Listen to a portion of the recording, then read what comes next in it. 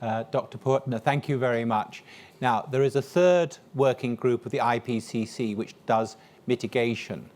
And we are very lucky to have two co-chairs. We can't have the third one from the mitigation. But I am just going to talk very briefly about the topic. And the Council for Sustainable Development here in Hong Kong has recently completed getting input from us on what should Hong Kong do in terms of reducing its carbon emissions. Yes, here we are. This is very good. Right.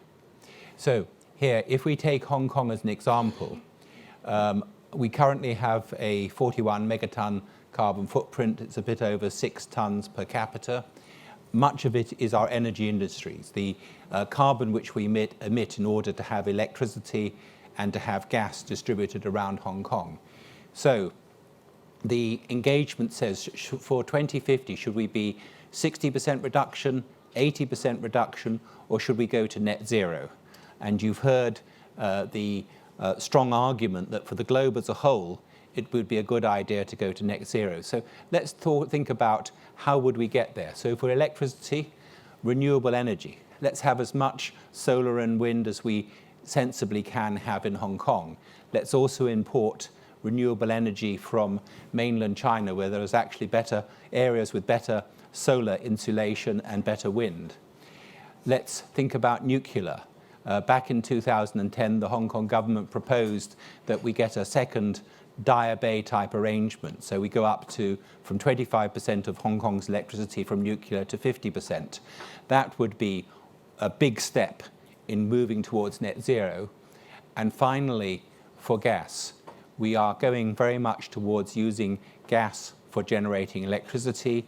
That reduces, that's less emissions than coal, but it's still 0.4 kilograms of CO2 per kilowatt hour emitted to the atmosphere. So you then talk about what the IPCC is saying with carbon capture and storage, to collect that CO2 and pump it under the South China Sea. About 100 kilometers offshore from here, there are big saline aquifers where the CO2 could go.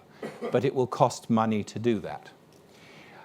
In addition to thinking about these sources of low carbon electricity, there is the big question of how do you balance the grid. If all your electricity came from nuclear, where you basically run it full steam all the time, and renewables where it happens when the sun shines and the wind blows, how do you balance our demand for electricity with the supply? So we need much more storage. Already, CLP has a pump storage across the border, which helps with balancing supply and demand relating to the nuclear. Maybe there can be more of that. Another possibility is hydrogen. The idea that when we have surplus electricity, it is used to generate hydrogen, and when we have a shortage, we burn the hydrogen to generate the electricity to make up the shortage. That's a carbon neutral way of going. And demand management. I have some friends who live in Los Angeles, and they get money back from their power company in return for the power company putting a switch on their air conditioner. When there is a shortage of electricity, their air conditioner is switched off. So it's a really hot day, and everybody's using air conditioners. Their one gets switched off, and they get extra money back for doing that. Maybe we can have some demand management here. Town gas. How do we get our distributed gas to be carbon neutral? One option is that we electrify everything. You do your cooking on electric, even if you are somebody who's very keen on Chinese cooking with a wok. Or another option is hydrogen. Town gas is already 50% hydrogen. It could have hydrogen as the only fuel content, together with some inert gases. So there are different ways of going there. Other countries in the world are looking at how to make that transition. And energy efficiency in buildings. One thing is to reduce the carbon intensity of our electricity. The other one is to use less. So we've been in this room with Nick Stern a year and a bit back, and we say that it's single glazed. If it was double glazed, then HSBC would not need to use so much electricity. So if we move on to the next slide. What about transport? 18% of our emissions relate to transport.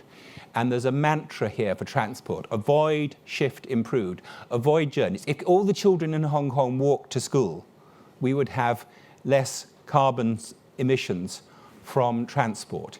If we had a tax system which allowed greater mobility for flat owners, then if you move from Hung Far Chun to, say, the airport to work, why not sell one flat and buy another? At the moment, if you do that, you pay a lot of stamp duty. So we think about how we can avoid journeys, shift from carbon-intensive taxis or private cars towards buses and towards the mass transit. And then the hydrogen fuel cell. Electric may be good for cars, but if you want to make a waste vehicle, a refuse collection vehicle, or a cement lorry, if you want to make that zero carbon, it's payload limited. So if you put heavy batteries on it, every kilogram of battery is a kilogram less of cement carried, whereas the hydrogen is a much lighter way of doing it. And other countries, particularly Japan, are looking at these options. Prioritize taxis and minibuses. A taxi does perhaps 20 times as much time on the road as a private car. So if you get one taxi to be net zero emissions, that's as good as getting perhaps 20 cars. Control the number of private cars. One of the reasons why our buses burn so much fuel is because of traffic congestion, because of private cars. If we had fewer private cars, our buses would be much more efficient. And a link to that is electronic road pricing. When I first came to Hong Kong, I remember Hatton Cave saying, Hong Kong needs two things, and this was before the MTR. It needs the MTR and it needs electronic road pricing. We've got the MTR, but we still haven't got electronic road pricing. And lifestyle. We need to understand the impacts of our lifestyle. We then need to have target reductions, and we then need to educate people so we move towards it. Because whilst our carbon footprint as measured from our direct emissions is not very high by world standards, and our government puts up projections which say, look, we're much better than Singapore. Well, part of the reason we're much better than Singapore is that the petrol and the diesel we use here are manufactured by refineries in Singapore, so the emissions are counted for Singapore, not for us. Yeah? We need to think about the impact of the emissions. If the world's going to carbon neutral, net zero, then what about our food? What about the other things we import? And we need to think about how can we reduce those and set some targets. Now, as I say, we do not have the IPCC Working Group 3 chair, so we're not going to have a discussion and Q&A relating to mitigation, but instead I would like to invite our two speakers, plus the director of the Hong Kong Observatory, Mr. C.M. Shum, to join me, and we have about 20 minutes to discuss. Thank you.